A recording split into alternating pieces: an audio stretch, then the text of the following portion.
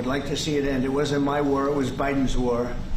It's not my war. I'm trying to get you out of it. And we want to see it end. And I'm disappointed in President Putin because I thought we would have had a deal 2 months ago, but it doesn't seem to get there. So based on that, we're going to be doing secondary tariffs if we don't have a deal in 50 days. It's very simple.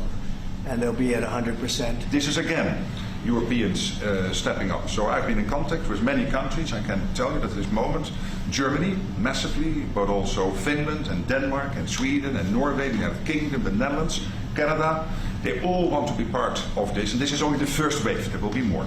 So what we will do is work through the NATO systems to make sure that we know what Ukrainians need, so that we can make packages. Of course, in a way, we discussed it this morning with Pete Hegseth at the Pentagon, in a way that, of course, the US will put on its stockpiles necessary to defend this country. That's absolutely clear.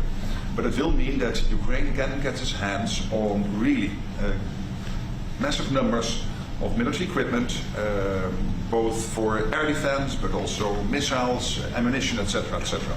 So if I was Vladimir Putin today and hear you speaking about what you are planning to do in 50 days and this announcement, I would reconsider whether I should not take negotiations about Ukraine more seriously than I was doing at the moment, if I was Vladimir Putin. Ukraine wants a peace deal. I think so. And they will stay committed to that, there's no doubt. They want this. But the Russians have to become They have to continue to want it, though. Yeah, I agree. But we will, you and I will make sure of that. All of a sudden they get no. You and I will make sure of that. This is about the US not paying for weapons, and President Trump made that very clear, but sending weapons for Ukraine to use.